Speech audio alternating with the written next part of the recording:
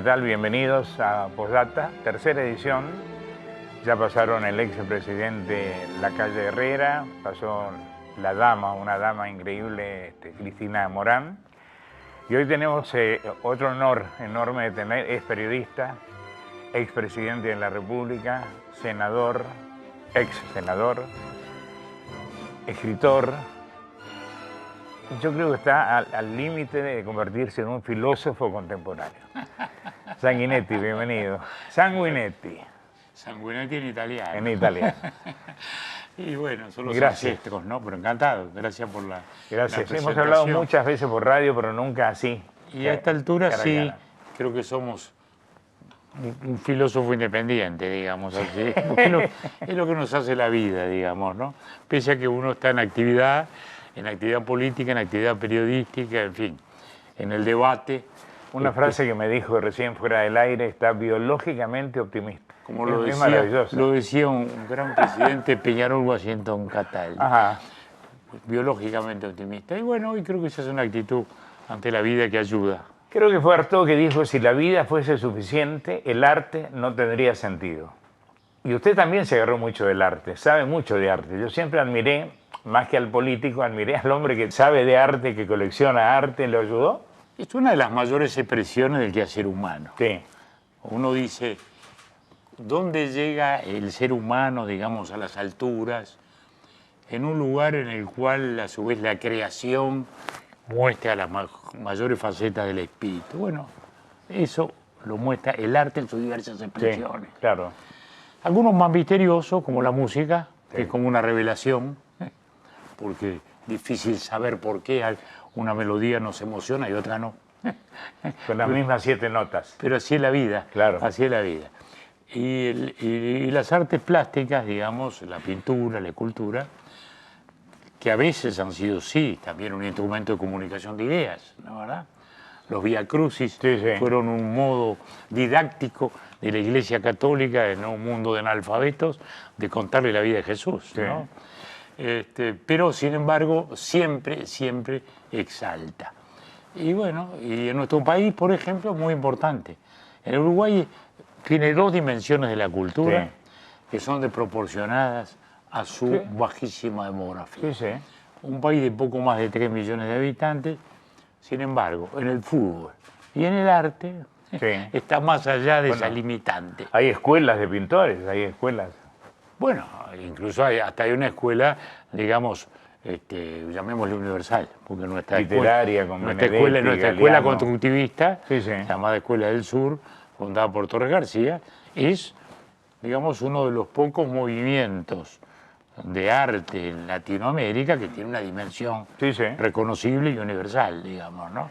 ¿Cuál fue el mérito de Torres García? El mérito de Torres García es el arte geométrico, Ujú. darle sensibilidad. Este fue el debate que él tuvo con Mondrian. Ah, Cuando nace el arte abstracto nace en 2 vertientes. Una llamada lírica, Kandinsky, Kandinsky. musical, poética, Ah. y otra racionalista, geométrica, donde ahí aparecen figuras como Mondrian o como Torres García. Pero Mondrian usa el color plano y neto. Torres introduce en la geometría lo tonal, es decir, los colores decompuestos con blanco y negro Sí. para darles a cada uno de ellos una, digamos, una tonalidad distinta que le hace más sensible. Por eso él discute con Mondrian y le dice, usted resolvió un problema científico, ah, yo voy a resolver un problema artístico. artístico. Claro. Y él entonces genera una escuela, que eso también pasa a ser muy importante, digamos, ¿no? Porque ese lenguaje, esos códigos de comunicación, pasan a traspasarse a una generación notable de sus discípulos, como su hijo Augusto, como Fonseca, como Pailó, como Mato, y tantos otros. Maestros a su vez, Gurvich, maestros a su vez de otra generación. Ah. Y hoy convivimos con los nietos o bisnietos artísticos de Torres García porque hasta la publicidad uruguaya está incorporada Sí. de algún modo o contagiada, digamos así, de ese sistema constructivo de Joaquín Torres García que ha sido tan ¿A importante. ese sistema perteneció Picasso con el cubismo? No.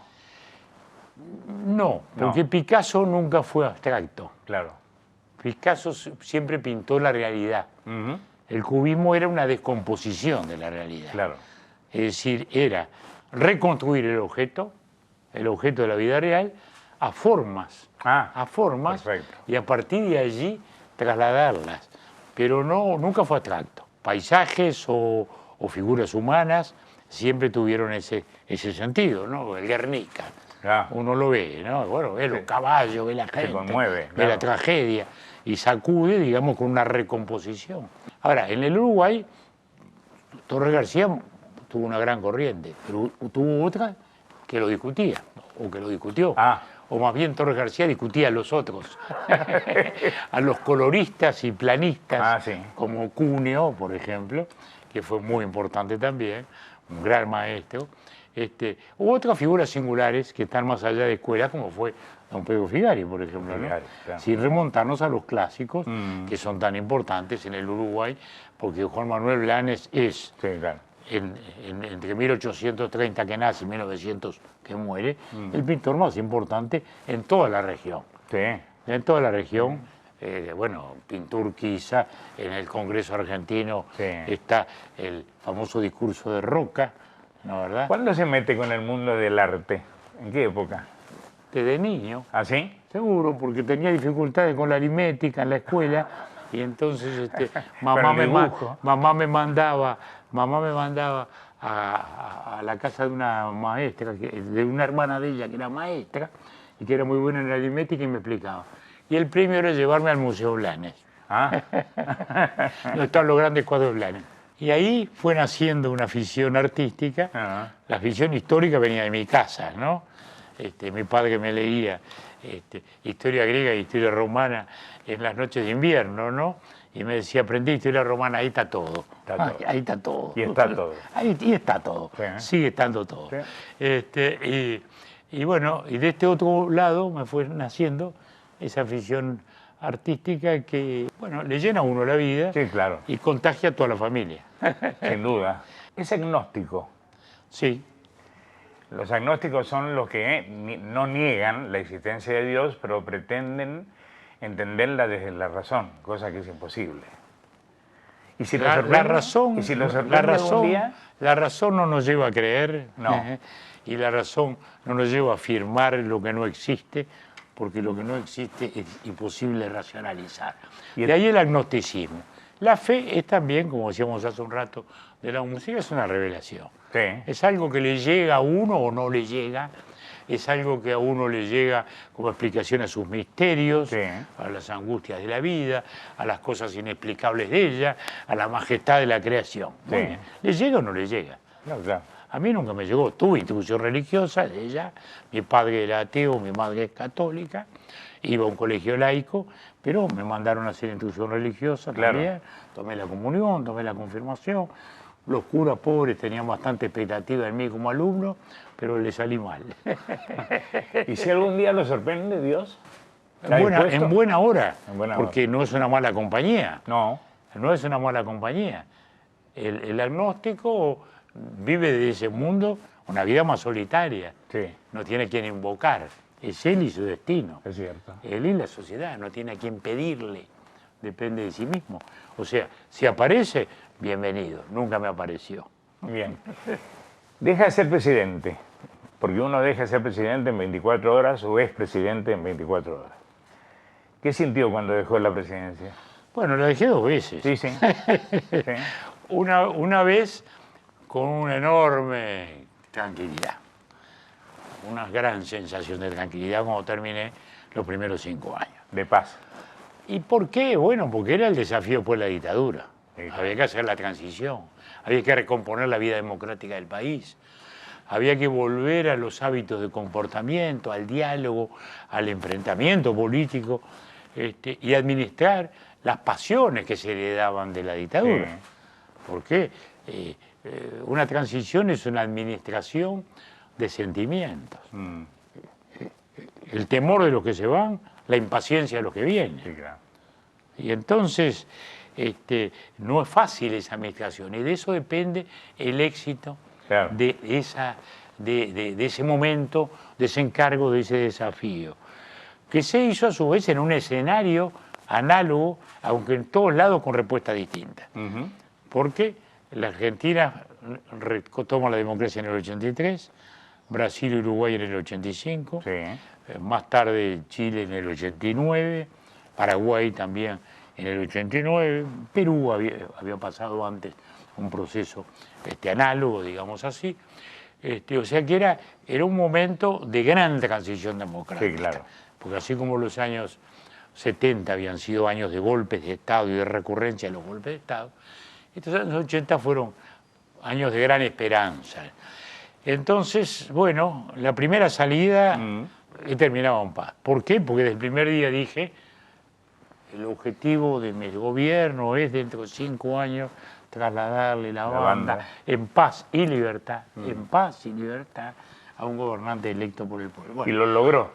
Y lo logramos, lo logramos. Y cuando digo lo logramos, lo digo de un modo colectivo, porque naturalmente sin el concurso de la sociedad es imposible de que la sociedad asuma ese proyecto de paz como propio. Más allá, vuelvo a decirse, de esa pasión, esos sentimientos que estaban y que afloraban y que había que administrar. De modo que esa primera salida fue un gran respiro. Sí, hemos cumplido la misión. Sí. ¿Qué iba a venir? No sabíamos. Estaba claro que todavía tenía una edad que me comprometía con la política, porque había llegado a los 49, de modo que terminaba a los 55, todavía estaba en edad de retornar, lo cual me dejaba de algún modo como un candidato más o menos obvio para el futuro, razón por la cual hice todo lo necesario para esquivar lo que fueran debates, porque estaba metido en ella. La segunda presidencia fue al revés, porque primero ya no fue una transición, sino un periodo de reformas. Reforma de seguridad social, reforma de educación, reforma política, reformas estructurales en la economía, ¿no? que venían algunas desde la primera presidencia, como eran las zonas francas, o como era la forestación, que cambió hasta el paisaje del Uruguay y su economía. ¿El plan de forestación fue suyo? Sí, en el año 87 se votó una ley que propusimos en el año 85, asumimos en marzo y en julio presentamos nuestro programa forestal. Era una ley y era un programa. Y ahí se arrancó.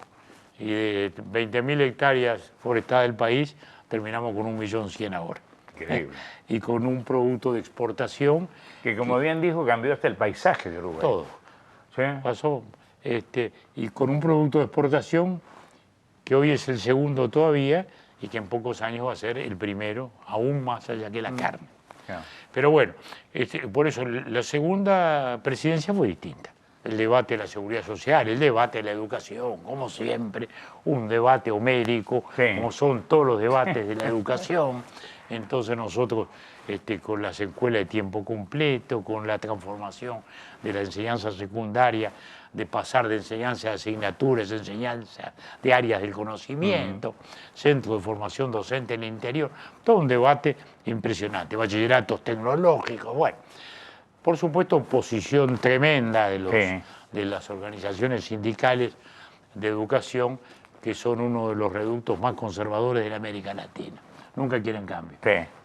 Nunca quieren cambio. Es muy curioso, pero nunca quieren cambio. Los que debieran estar a la vanguardia nuestra, los profesores, y decirnos, señores políticos, piensen, no es al revés. Bien, fue un periodo entonces distinto, más fecundo si se quiere, en esas expectativas, y también con una idea distinta en cuanto ya a mi rol político. Claro. Ya no voy a ser más candidato a la presidencia. Pero es jefe de la oposición. No sé si jefe, porque a partir de allí ocurrió que ganamos la elección. Porque así como en la primera elección me sucede un gobernante de otro país, el doctor Lacalle Herrera, en la segunda presidencia me sucede un candidato de mi partido. Gana mi candidato, o sea, el doctor Valle. En Colorado. De modo que entonces mi labor a partir de allí fue la de colaborar desde el partido con el presidente de Colorado. ¿Qué país le entrega Lacalle? Mire, yo diría que primero un país en democracia, un país en libertad, un país con los problemas que tenía, pero también con realizaciones. Con menos inflación. Porque fue un gobierno, sí, pero mucha. Sí. Y le damos 45%. Bueno, pues tenía 100 y pico en un momento. Sí. Sí. Yo diría que 70, 80 de promedio en el primer periodo de gobierno. Que fue una proeza.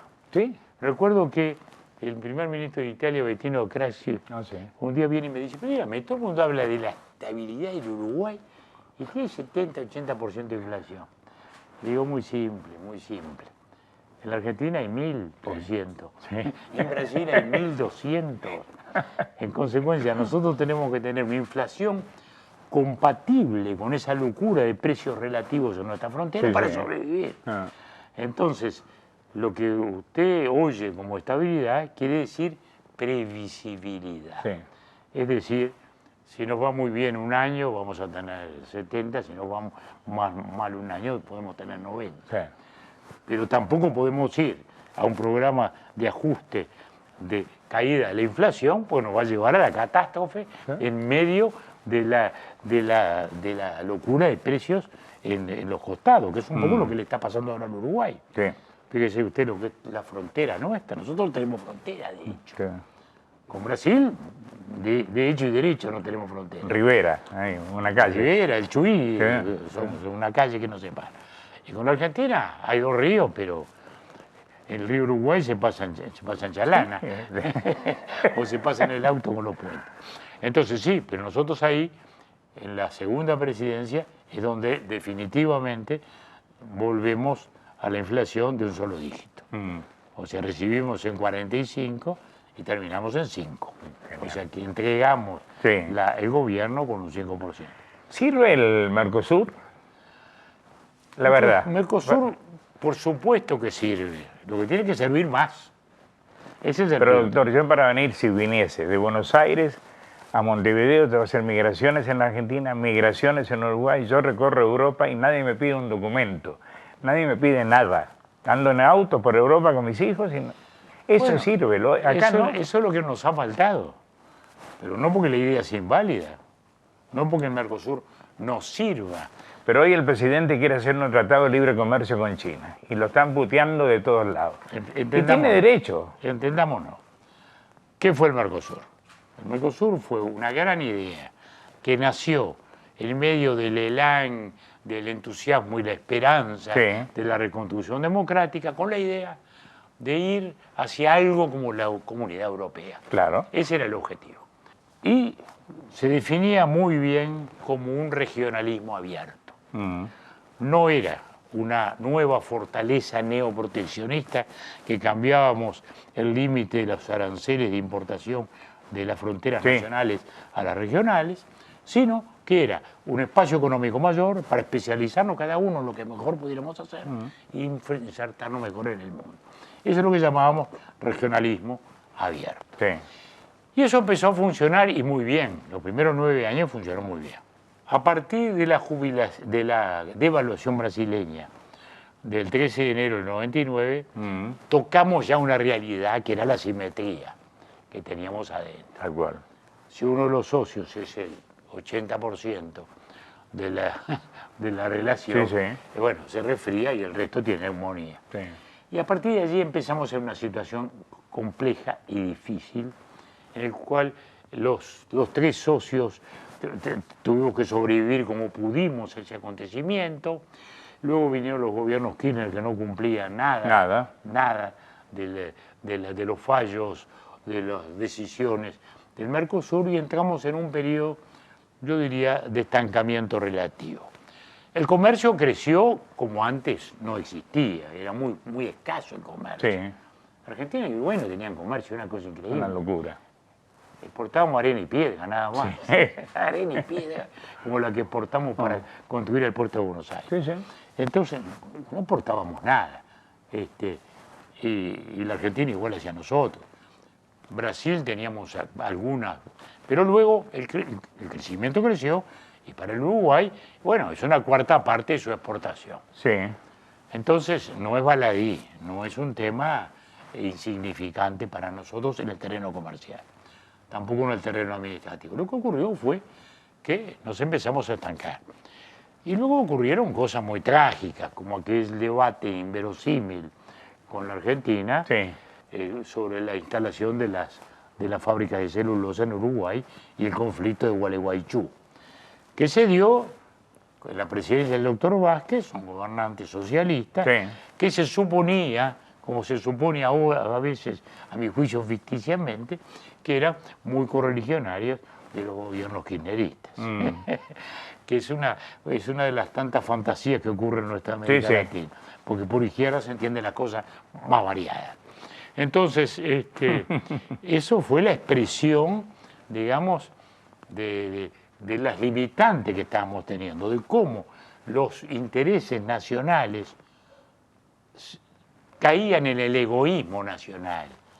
Porque ¿cuál era el problema de Argentina? ¿No? Bueno, era el celo o el recelo a que el Uruguay iniciaba un desarrollo importante en esa materia. Porque yo no sea socio suyo en una empresa, no significa que yo no pueda tener otras sociedades particulares mías. Bueno, ahí empieza el debate que tenemos hoy. Claro.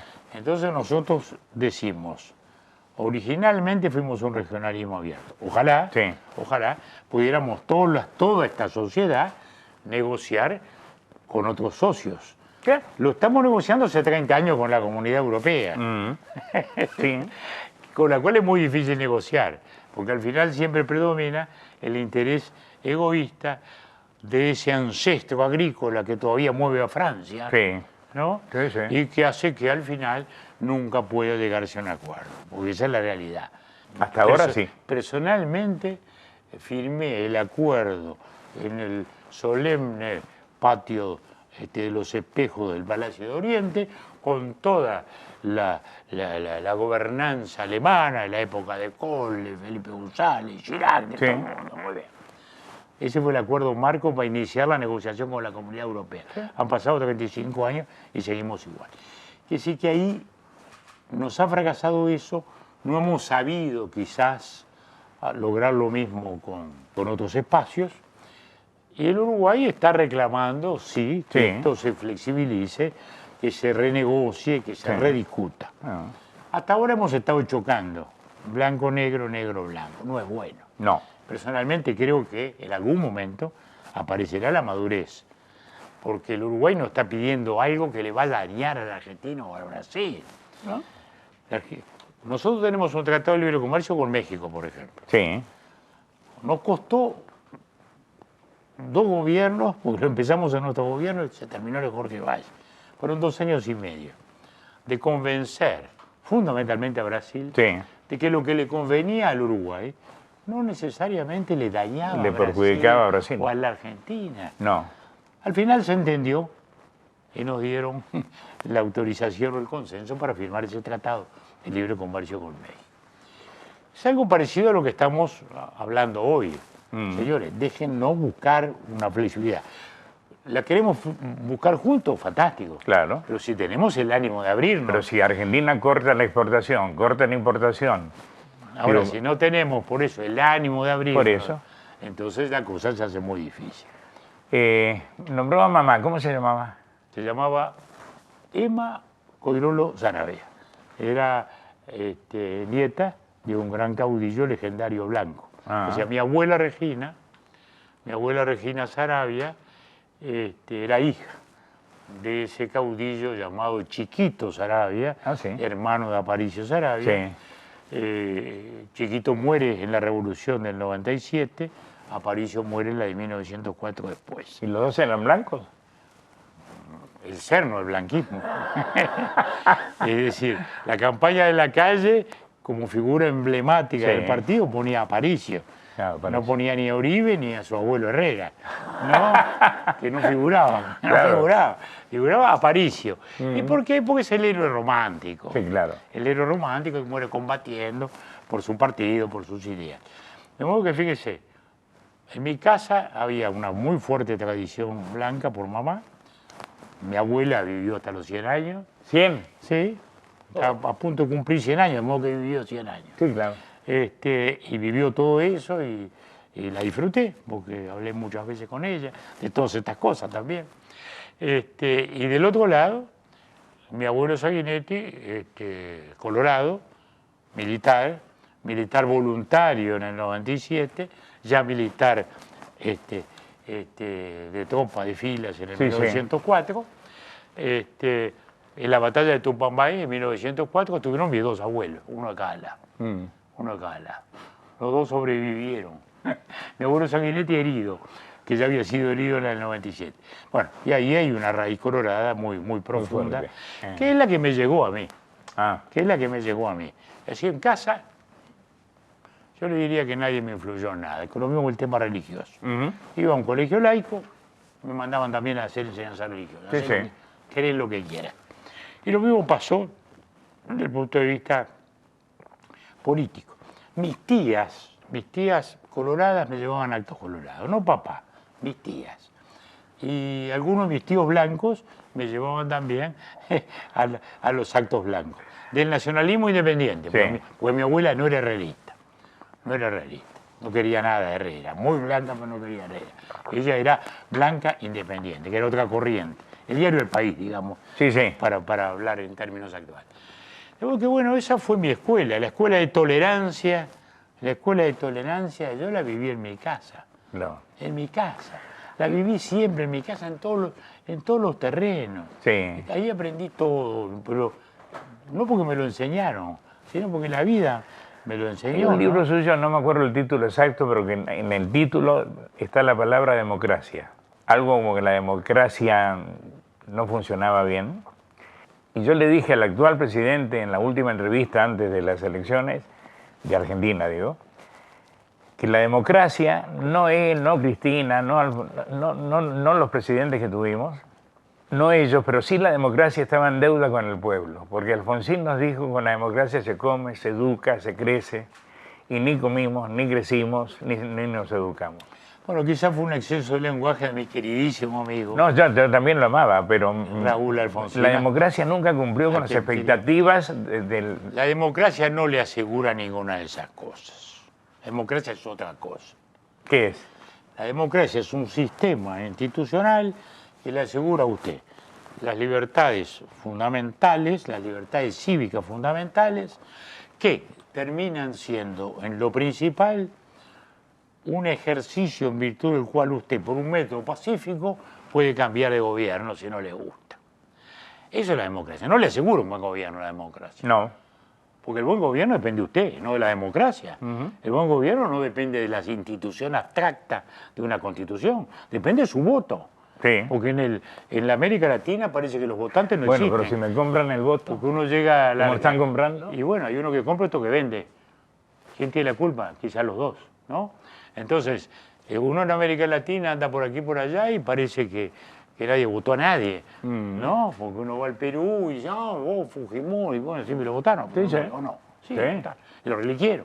Bueno, entonces, sé que el pueblo peruano lo quiso. La democracia no le va a asegurar un buen gobierno porque depende de la gente. Depende de la gente. Todo el ejercicio democrático es un ejercicio de racionalidad que termina en el voto ciudadano. Y el voto ciudadano es la sangre viva de una democracia. De ahí que de la madurez de ese pueblo va a depender que tenga buenos gobiernos o menos buenos gobiernos. De modo que la democracia le asegura los derechos, las libertades. Es una gran regla de juego de una pero sociedad. eso ya lo tengo. La libertad la tengo. No, ¿la tiene o no la tiene? Porque a veces la pone en riesgo también. Desde el 83 para acá la tengo. Sí, está bien, la tiene. Y el resto usted resolvió votando. Y usted resolvió mal, o sus compatriotas votaron mal, ¿qué va a hacer? No, yo resolví bien porque estoy acá. Mire Argentina. Usted que tiene una mirada artística espectacular. ¿Qué ve? Miro la Argentina y la siento en Argentina porque la vivo en la Argentina. ¿Sí? Somos hijos de la misma matriz. Mi biblioteca, la parte histórica, está junta. La uruguaya y la argentina. Porque es un diálogo histórico siempre entre la Argentina y el Uruguay. La Argentina, para empezar, ¿qué veo? Lo que siempre sentí en los últimos tantos años, el formidable desperdicio de recursos humanos extraordinarios y recursos materiales extraordinarios también, con los cuales la Argentina tendría que haber llegado a lugares mucho más elevados de los que ha llegado. Sin embargo, esos mismos recursos humanos y esos mismos recursos materiales son lo que le ha impedido a la Argentina caer a donde caería cualquier otro país en medio de esa varabunda política que vive desde hace tantos y tantos años. Sí. De ahí esa especie de ilusión óptica, en virtud de la cual a veces vienen, me dicen, ¿qué va a pasar en Argentina? No va a pasar nada. ¿Cómo que no va a pasar? Y no va a pasar nada. Porque así como no pasa que llegue a donde tiene que llegar, también pasa de que no cae a donde caería cualquier otro, porque esas mismas reservas de innovación, de buen gusto, de iniciativa, la sociedad argentina es mucho más creativa y dinámica que la nuestra. Nosotros no tenemos esa capacidad de iniciativa, ¿no?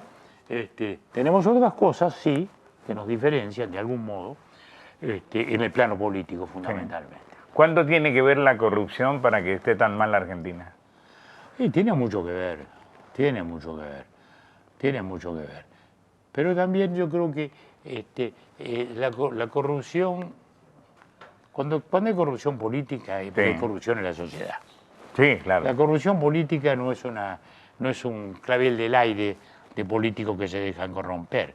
Detrás de cada corruptor de cada corrompido hay un corruptor. Sí. Que es un proceso complejo que sin ninguna duda hace mucho daño, pero que es uno de los factores. Es uno de los factores, porque ese factor también es, yo diría, la baja credibilidad en las instituciones. A la Argentina le costó mucho institucionalizarse, desde el primer día. Sí, claro. Nosotros somos hijos de ese debate. El Uruguay es hijo de un debate institucional con Buenos Aires. Un debate institucional que no pudimos resolver pacíficamente y que como teníamos salida al mar, que no tenía Córdoba o no tenía Entre Ríos, pudimos en definitiva emanciparnos, siguiendo, como digo, la misma matriz. Pero la Argentina, hasta 1860, la Argentina no logró tener una visión colectiva. En 1855 uno piensa, pero ¿cómo? El embajador de Inglaterra y Francia estaban en Paraná, ¿qué es esto? ¿No? bueno, pero ¿cuánto le costó a la Argentina institucionalizar? Y en definitiva, ese proceso de institucionalidad está detrás de todo esto también, está detrás de todo esto. Y bueno, yo pienso que estos años han sido también años turbulentos, pero también uno siempre quiere creer que el funcionamiento de las instituciones va a ir generando al final esa conciencia cívica necesaria para elegir gobiernos respetuosos, porque se trata de eso. Los gobiernos serán mejores o peores, administraremos mejor o menos mejor, pero por lo menos, respetuoso de la ley y respetuoso del orden jurídico básico. Sí, claro. Que es lo que importa. ¿Por qué Uruguay, ustedes los uruguayos digo, pueden darse el lujo y darme el placer de verlos a usted y a Pepe Mujica? Haciendo un libro juntos. No, haciendo un libro juntos y aparte esperándose para renunciar al Senado los dos juntos, como un símbolo. Brecht decía, amo o hago los gestos del amor. Y ustedes no hacen los gestos, aman en serio. Es decir, independientemente de la ideología de Pepe, uno puede respetarlo o no, pero se esperaron para irse juntos. Me pareció un gesto emocionante. Bueno, fue deliberado. Sí. Es decir, yo pensaba irme, porque ya había dicho, voy a ir al Senado hasta que la coalición empiece a andar y después me voy. Y mis correligionarios me decían, no digas eso, que te vas a ir. Te digo, no voy a engañar a nadie. Y Pepe viene la pandemia y estaba con el tema de una enfermedad que tiene, que yo qué sé lo que, y tal. Entonces en una comisión comenté, digo, no, yo en cualquier momento voy a irme en cuanto pueda. Y la señora de Mujica, que era senadora, sigue siendo, Me dice, Pepe también se va a ir. Y le digo, bueno, ¿y no será bueno que nos vayamos juntos? Háblele a Pepe. Le hablé y me dice, sí, encantado. Entonces le avisamos a nuestra presidenta, que le pareció fantástico, y digo, no, pero no se pueden ir ahí. Para cualquier parlamento tener 2 presidentes es algo extraordinario, y que se vayan juntos más todavía. Sí. Hicimos una sesión que más allá de la rutina burocrática normal, pasó a ser una sesión solemne, Sí, sí. y que pretendió ser eso, Sí. es decir, un gesto republicano. Sí, claro. ¿Para qué? Para la nueva generación. Sí. Todos estos que están atrás de las cámaras, y que miren y entiendan que quien hemos sido enemigos, podemos convivir. Sí, claro. Porque Mujica y yo fuimos enemigos. Sí. Él estaba con las armas en la mano, queriendo tirar abajo un gobierno democrático que yo integraba y que tenía la obligación de perseguir. Pasó lo que pasó, vino la dictadura, retornó la democracia, ellos se incorporaron a la vida democrática. Ahí pasamos a ser adversarios. Claro. Ya no había el enemigo, No. era el adversario. Y ahora somos colegas amistosos Sí, sí. que tratamos justamente de generar esos gestos para que se entienda. Porque la gestualidad, si no es vacía, Sí, claro. es una elección. Bueno, es una expresión pública de aquello que se quiere entender. Por eso mismo, en esa idea, 2 periodistas muy activos nos propusieron, ¿por qué no hacen una charla? Y yo les dije, muchachos, pero ¿y qué vamos a hacer? ¿Vamos a resucitar los debates viejos? No, la idea es la contraria. No, claro. Es que se sienten a conversar de lo que los une, de cómo están viendo el mundo, cómo están viendo el Uruguay, cómo están... Y digo, bueno, pero no resultará aburrido que 2 veteranos nos sentemos ahí a tomar café, a arreglar el mundo. No se preocupe, vamos a hacerlo. Le digo, bueno, en cualquier caso, me parece que el gesto es muy bueno y que salga un libro que la tapa estemos los 2 es buena cosa. Sí, sí. Y así fue. Y así fue, y creo que la gente lo ha entendido así. Y bueno, y es el modo... Dígame, repítame el nombre del libro. Se llama El Horizonte. El Horizonte. El Horizonte. Sí. Es un lindo nombre que le pusieron los periodistas. Sí, yo lo voy a comprar. Que son los dueños del libro, ¿no? Le llaman el Horizonte. Y hay un subtítulo que es algo así como Conversaciones sin ruido entre Sanguinetti y Mujica, algo así. Todo este tiempo... La tapa es muy linda, además. Sí, la vi. La vi en una entrevista que le hicieron a los 2. Siendo político, senador, 2 veces presidente, ¿le permitió ser buen marido, ser buen papá o no? Sí. ¿Sí? Me permitió. Qué bueno. Me permitió. Fui un buen padre. La prueba está que mis hijos conviven muy intensamente con nosotros, nuestros nietos lo mismo, ahora un bisnieto. Bisnieto. Un bisnieto. Y yo creo que fui un buen padre. Y sin ninguna duda un buen marido, porque después de 62 años que estamos, 62 años de casado y 6 de novio. Ay, pero Dios novio mío. de aquello de los de antes, ¿no? No, de lo que nos sentamos en el En el living, zaguán. de lo que sentamos. No, en el zaguán nunca hubo porque yo de entrada quise hablar con el padre. Sí. Que Marta no quería, me decía, no, pero no, vamos a andar escondidos. Bueno, pero sentadito en el living, ¿no? Bueno, Sí, sí, la nena y ya ahí está. y la madre. ¿Cómo la conocía a Marta? Ah. De chaperones los 2. Es una expresión que los muchachos no conocen ni saben lo que quiere decir. El chaperón era el hermano que acompañaba a la nena cuando iba a al salir con baile. el novio. Ah. Entonces, mi hermana iba a ir al cine con el novio, papá me dice, anda con tu hermana. Era el chaperón. A su vez, la hermana de Marta, y que se conocía, iban a ir juntos en esa misma oportunidad. Y el papá a Marta le dijo, acompañá a tu hermana. Los 2 fuimos con cara de aburridos, de chaperones, y terminó lo que terminó. ¿Cómo se convive tantos años? Le pregunté lo mismo a Herrera el otro día y contestó, bueno, lo que contestó.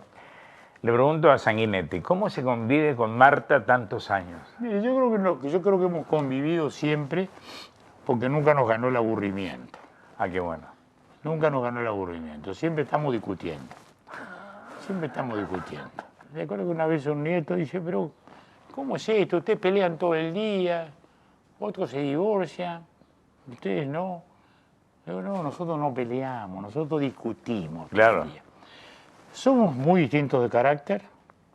Ella es levantisca, Ah, es explosiva. Yo soy tranquilo, muy racional. Ella muy pasional, hasta en el fútbol. Porque compartimos los mismos sentimientos sí. religiosos. En nuestro caso es Peñarol. Y ella lo vive con una emocionalidad mucho mayor que yo, aunque ambos tengamos el mismo sentimiento. Somos caracteres muy distintos. Nos unen, sí, aficiones enormes. Ella es historiadora profesional, yo aficionado a la historia, Sí, sí. ella aficionada al arte, yo un poquito más profesional del arte, aunque no lo sea de derecho, Sí. pero sí de hecho. La vida política, ambos somos colorados y fuimos siempre colorados. Sí, sí. Ya cuando nos conocimos éramos colorados, yo tenía 18 años, ya 17, ambos de familias, digamos, coloradas. Me acuerdo que cuando fui a hablarle al padre de Marta la primera vez, Sí. charlábamos un ratito ahí, lo que hacía, lo que no hacía, y entonces me dice, ¿y vos de qué votás? Digo, soy colorado. Colorado de la 15. Ah, muy bien. Él era colorado del otro grupo, de la 14. Está bien, dijo. No sé mucho entusiasmo, pero aceptando. Y el deporte, Peñarol. Bueno, entonces estamos bien. Ah, bien. Entonces estamos bien. Está terminando la Vuelta Ciclista del Uruguay, viene adelante un ciclista de Peñarol, vamos todos al velódromo del final. Y ahí quedé incorporado a la familia Carlos. Bien, bien. Y bueno, esa es la sociedad tradicional que sobrevive. Mis hijos, los dos se divorciaron, los dos se volvieron a casar felizmente. Sí, sí. Y están muy bien. Mis nietos allí están, y con un bisnieto más. Entonces, siento que en ese sentido, además, es muy importante ese sostén familiar. Sí, claro. Porque la vida política es amarga, la Sí, vida claro. política es ingrata, Sí. es muy ingrata. Y entonces, uno no puede aspirar a reconocimiento. No. Tiene que dar la batalla por su convicción, hacer todo el bien que pueda, no esperar la gratificación de nadie, porque vendrá o no vendrá, Sí, sí. y sufrir todo lo que es esa contienda. Y la familia es un gran remanso. ¿Cuántos libros tienen, sabe? No, ni nunca los conté. Pero además, mi No, porque número, aprendí una palabra nueva. pero mi número No es nueva la palabra, es antigua, es griega, que es ededonia. Ededonia es lo que yo tengo. Voy a una librería que me encanta en Montevideo, en la ciudad, en Minerva, que hay 150.000 libros y hay libros en las escaleras. Sí, igual que en mi casa. Y compro, y compro, y nuestra casa es compro, así. compro sabiendo que no voy a tener tiempo de leerlo. Pero igual me gusta comprar. ¿Tiene eso? No, ¿No? no. No, yo compro libros que puedo leer o que siento que voy a consultar. Claro. Porque no todos los libros que uno tiene los leyó. No. ¿No? Sí, yo leí el Capital de Marx entero, debo ser de los Sí, sí. únicos que hay, ningún comunista, estoy seguro que lo leyó. Es aburridísimo. Sí. Como también leí La economía de Adam Smith, que es una maravilla. Sí. O de David Ricardo, que está bien, es otro, que por suerte es más breve que el Capital, pero difícil de entender. Y otros libros de economía que uno compra porque sabe que los va a consultar o que hay un capítulo que le va a interesar. Si no, no compro. Pero a su vez nos prestamos muchos libros, ¿no? Ah. Ahora he disfrutado como loco un libro de una argentina que se llama María Gainza, Sí. que se llama El nervio óptico. Y si no lo leyó, vaya a comprarlo y me va a recordar. El nervio óptico. El nervio óptico. No la conozco a esa chica, no la conozco. Gainza es un apellido tradicional en Sí, Argentina. sí, es de los Gainza Paz, digamos. Exacto. Sí, sí. No, diríamos que es una paqueta rebelde. Sí. Es una paqueta rebelde, por lo que cuenta ella. Entonces es un pequeño libro autobiográfico donde va contando su propia vida, la de su familia, la de su mamá, Sí, sí. que se crió en el Palacio Bosch, donde habrá la embajada. Que son Gainza Bember. Y entonces a raíz de eso dice, bueno, ahí tal cosa, o en el Palacio Errázuriz, que mi tío tal. Dice, bueno, el comedor es un comedor muy poco iluminado, sombrío, y hay un cuadro de tal. Y ahí hace una pequeña página de una página y media sobre ese pintor. Entonces ahí desfilan desde Toulouse-Lautrec hasta Cándido López, Sí, sí. que pintó la guerra del Paraguay. Sí, sí. Es una joyita. Ah, Se lee en un fin de semana porque es corto, tiene esa amabilidad para con el lector y no esa novela de 500 páginas que no se petan ahora. ¿No usa esto? ¿Eh? ¿No usa? Para leer. Uso para leer un rato. Puedo leer, No, porque pero... cuento una infidencia. Recién en el estudio, antes de empezar, se rompió una copa y había cristalitos de este tamaño. No lo veía nadie y Sanguinetti los vio. Y Un bueno, ojo biónico. Y bueno, así que bien. ¿Papá qué hacía? Papá era escribano No. de profesión, pero tempranamente se incorporó a la administración pública como director de trabajo y vivió toda su vida en los temas sociales, digamos. La definición de mi papá, que también era escribano, fue, era que eran vendedores de fe por arancel. Me parece buena. Bueno, Venden fe. Pero papá fue escribano propiamente dicho, ya más maduro. Pero él convivió siempre con la temática social. Ajá. Es decir, fue director de trabajo, fue director del Banco de Previsión Social, fue presidente del Consejo de Asignaciones Familiares. O sea que esa fue digamos, su vocación histórica, Bien. paralela a esa profesión de escribano. ¿Qué le gustaría que diga su epitafio? Elíjalo. Nunca lo elegí, ni Hay nunca que lo pensé. elegirlo. Hay que elegirlo. El Mar, otro día Max, Mar, los hermanos Mar. El otro día un periodista me dijo, dice, ¿usted qué piensa de la muerte? Yo no tengo tiempo. No pienso en la muerte. No. Los hermanos Mar pusieron en un epitafio, por favor, ¿alguien tiene fuego? Porque era muy fumado.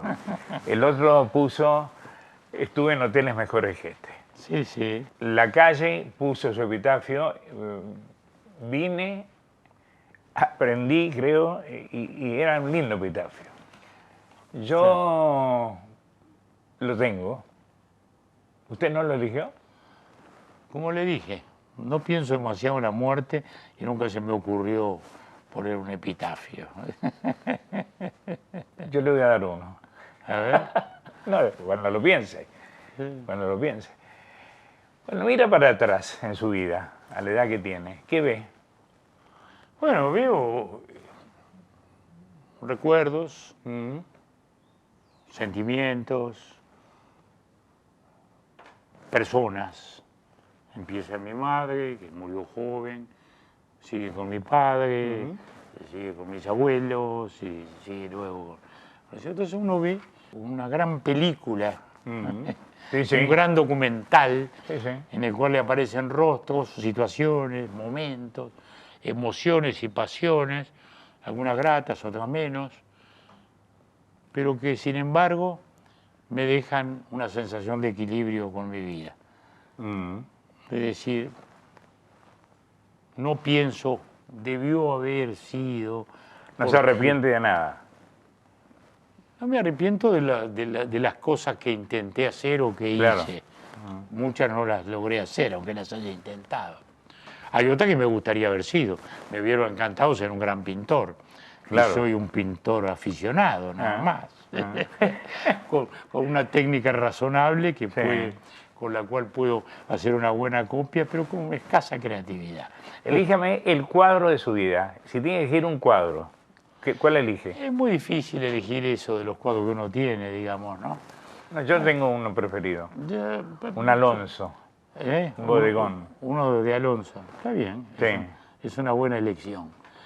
Mire, yo tengo algún cuadro de Costigliolo que lo amo, algún cuadro de María Freire que lo amo también, algún cuadro de Figari.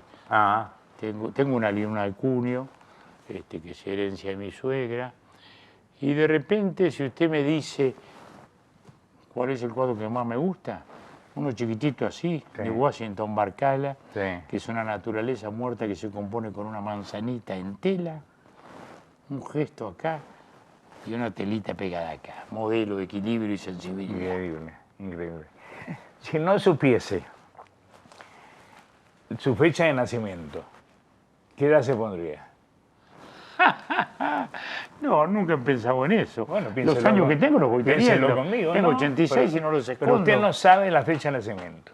No tiene partida de nacimiento. Ah, Hoy, no, la fecha de nacimiento uno la sabe porque no tenía conciencia de que está bien, nació. pero no, usted no la sabe ahora acá en este momento. ¿Qué edad se pone? Ah, ¿para empezar de nuevo? Sí. Ah, ¿usted quiere que empiece de nuevo? Sí. Ah, bueno, no, eso. Operaciones juegue se con la amarga, fantasía. no, es un mal juego ese. ¿Por qué? Porque es un juego nostálgico. No, pero yo Sí, volvería a los 40 es un- años, que fue la mejor porque usted etapa de pre- mi vida. Porque usted pretende hacer un ejercicio de reversión de una vida. Yo estoy en el 8º piso, no voy a volver nunca al 4º. Y si empiezo a especular sobre cómo me gustaría estar en el 4º, ¿qué voy a ganar? ¿Amargarme? No. Déjeme así como estoy, En el 8º. que estoy en equipo, porque al final, ¿qué es la felicidad? La famosa felicidad. Es un estado de equilibrio, Paz. es un estado de equilibrio emocional entre aspiraciones, posibilidades, las cosas fundamentales que a uno le gratifica, una cierta sensación de tranquilidad en esas esenciales. Bueno, eso básicamente es un estado de equilibrio, es un estado emocional de equilibrio. Esos ejercicios de nostalgia.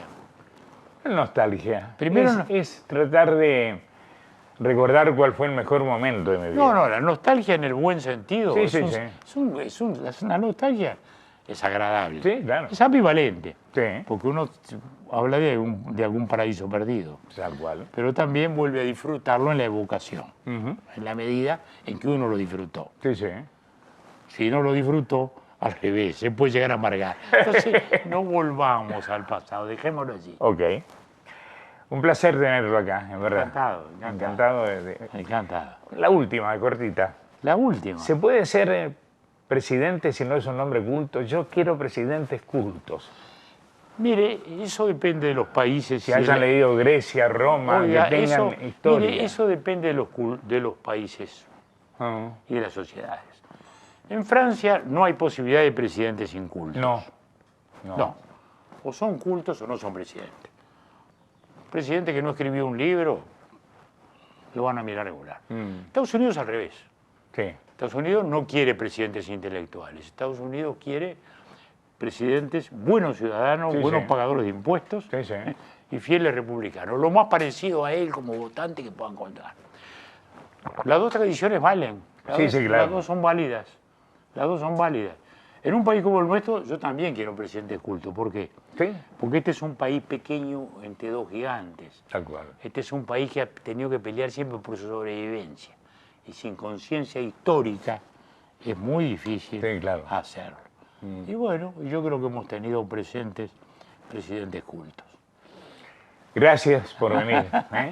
Dígame que ha estado en mejores estudios que este y no le creo. No, imposible. Esta Imposible. es una casa maravillosa. Esta es una Esto casa es de fantástica. Bibló. Esta vieja biblioteca, porque esto fue una gran biblioteca Sí, sí, claro. de un personaje de su tiempo. Sí, sí. Y bueno, es muy agradable. Un placer verlo, como siempre. Encantado. Muchas gracias. Hasta la próxima. Gracias.